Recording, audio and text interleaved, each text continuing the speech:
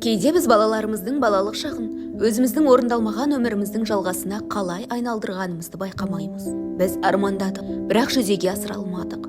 Ал енді оларды біз үшін армандауға мәжбүрлейміз.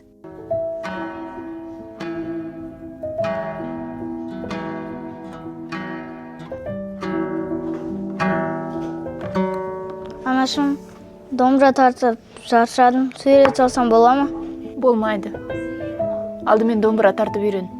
Суретті кейін саласың. Қош келдіңдер балдар. Қалай, қалдарың жақсы ма? Домбыра қалай үйрендіңдер ме? Ұнай ма сендерге? Бала аспанда армандағанда, біз оның мүмкіндіктерін байлаймыз. Ол өзінің жанының музыкасын естуді қояды. Балам, сен әлі суретіңді салып отырсың ба? Суретші мамандық. Қазіргі заманда ол ақша табатын мамандық емес, саған архитектор болу керек.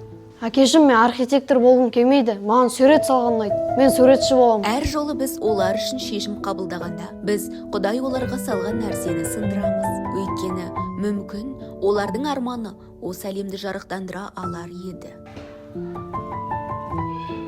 Не істеп отырсың? Мен саған айттым емес пе? Медицинскийға түсесің деп. Бар биологияны оқы.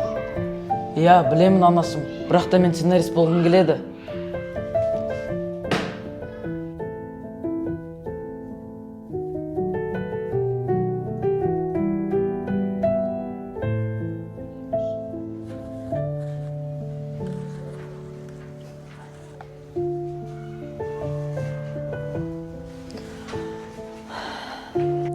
Балам, бергеші.